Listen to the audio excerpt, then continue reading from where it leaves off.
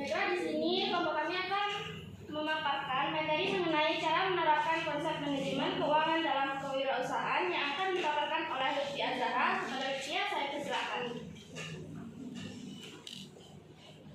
Baik, terima kasih kepada moderator. Di sini saya akan memaparkan materi tentang cara menerapkan konsep manajemen keuangan dalam kewirausahaan. Definisi manajemen keuangan menurut para ahli yang pertama itu menurut J.F. Bradley, manajemen keuangan adalah bidang manajemen bisnis yang ditujukan untuk penggunaan modal secara bijaksana dan seleksi yang seksama dari sumber modal untuk memungkinkan unit pengeluaran untuk bergerak ke arah mencapai tujuannya. Yang kedua itu menurut Liebman, manajemen keuangan merupakan usaha untuk menyediakan uang dan menggunakan uang untuk mendapatkan atau memperoleh aktiva. Kemudian menurut Sutrisno, manajemen keuangan adalah sebagai semua aktivitas perusahaan dengan usaha mendapatkan dana perusahaan dengan biaya yang murah serta usaha untuk menggunakan dan mengalokasikan dana tersebut secara efisien. Kemudian yang terakhir itu menurut Weston dan Copeland, manajemen keuangan dapat dirumuskan oleh fungsi dan tanggung jawab para manajer keuangan. Fungsi pokok manajemen keuangan antara lain menyangkut keputusan tentang penanaman modal, pembiayaan keuangan, usaha, dan pembagian dividen pada suatu perusahaan. Fungsi manajemen keuangan yang pertama itu perencanaan keuangan, yang kedua penganggaran keuangan, yang ketiga pengelolaan keuangan, yang keempat pencairan keuangan, yang kelima penyimpanan keuangan, yang keenam pengendalian keuangan, dan yang terakhir pemeriksaan keuangan. Tujuan manajemen keuangan, yang pertama itu memaksimalkan pengembalian investasi, yang kedua pengelolaan risiko keuangan, yang ketiga ada pemeliharaan likuiditas yang cukup, yang keempat efisiensi biaya operasional, yang kelima optimalisasi pembiayaan, dan yang terakhir perencanaan strategis dan transparansi laporan keuangan. Cara menerapkan konsep manajemen keuangan dalam kewirausahaan, yang pertama itu membuat rencana keuangan sebelum memulai usaha. Buat rencana keuangan yang mencakup estimasi pendapatan, pengeluaran, dan kebutuhan modal. Rencana ini membantu pengusaha memahami berapa banyak uang yang dibutuhkan untuk memulai dan menjaga operasional bisnis. Kemudian mengelola arus kas. Arus kas adalah aliran yang masuk dan keluar dari bisnis. Pastikan selalu memiliki arus kas yang positif dengan cara mengatur waktu penerimaan dan pembayaran, menagih piutang dengan tepat waktu, serta memantau pengeluaran agar tidak melebihi pendapatan. Kemudian selanjutnya menentukan harga jual yang tepat. Harga jual harus mencakup biaya produksi dan memberikan keuntungan yang memadai, analisis biaya tetap dan variabel, serta perhatikan harga pasar untuk menetapkan harga yang kompetitif. Kemudian membuat anggaran, susun anggaran untuk berbagai aspek bisnis seperti produksi, pemasaran, dan operasional.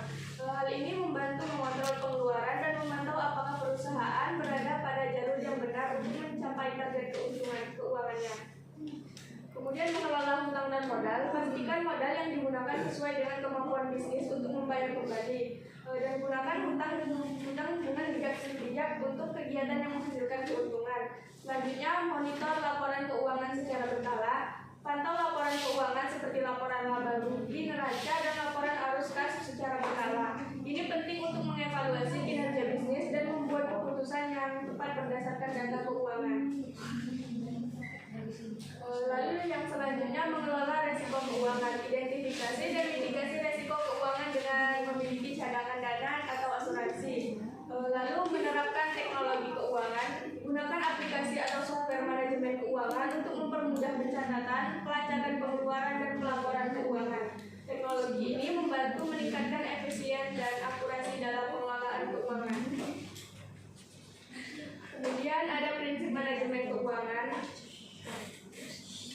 Ada 7 prinsip dari manajemen yang harus diperhatikan. Yang pertama itu konsistensi, yang kedua akuntabilitasi, yang ketiga transparansi, yang keempat kelangsungan hidup, yang kelima integritas, yang keenam pengelolaan, dan yang terakhir standar akuntansi.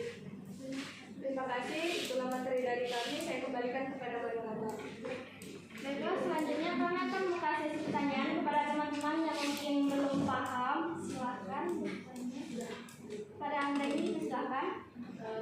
Perkenalkan, saya Anggreni Saputri. Saya bertanya kepada kelompok, bagaimana wirausahawan dapat membuat anggaran keuangan yang efektif untuk meminimalkan resiko kerugian.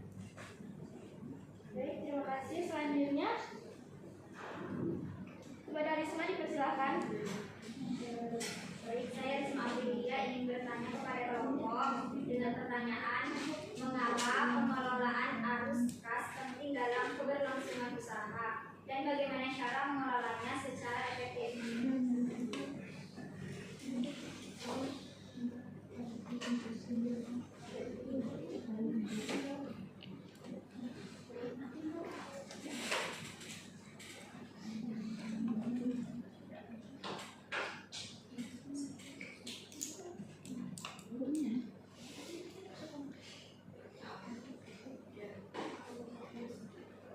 Baiklah, Dewi akan menjawab pertanyaan dari Risma. Kepada Risma mau diperhatikan.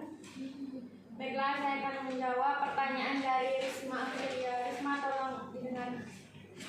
Mengapa pengelolaan arus kas penting dalam keberlangsungan usaha dan bagaimana cara mengelolanya secara efektif?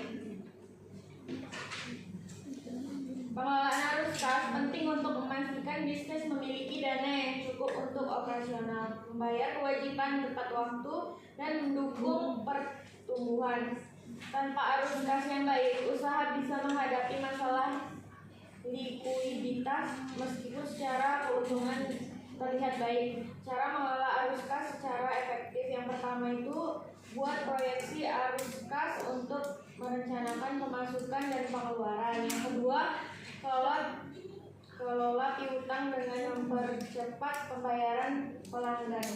Yang ketiga, atur pembayaran utang dan pemasok dengan bijak. Yang keempat, kontrol pengeluaran dan hindari pembelian yang tidak mendesak. Yang kelima, sisihkan dana darurat untuk menghadapi situasi tak terduga. Yang keenam, gunakan teknologi untuk memantau arus kas secara real-time.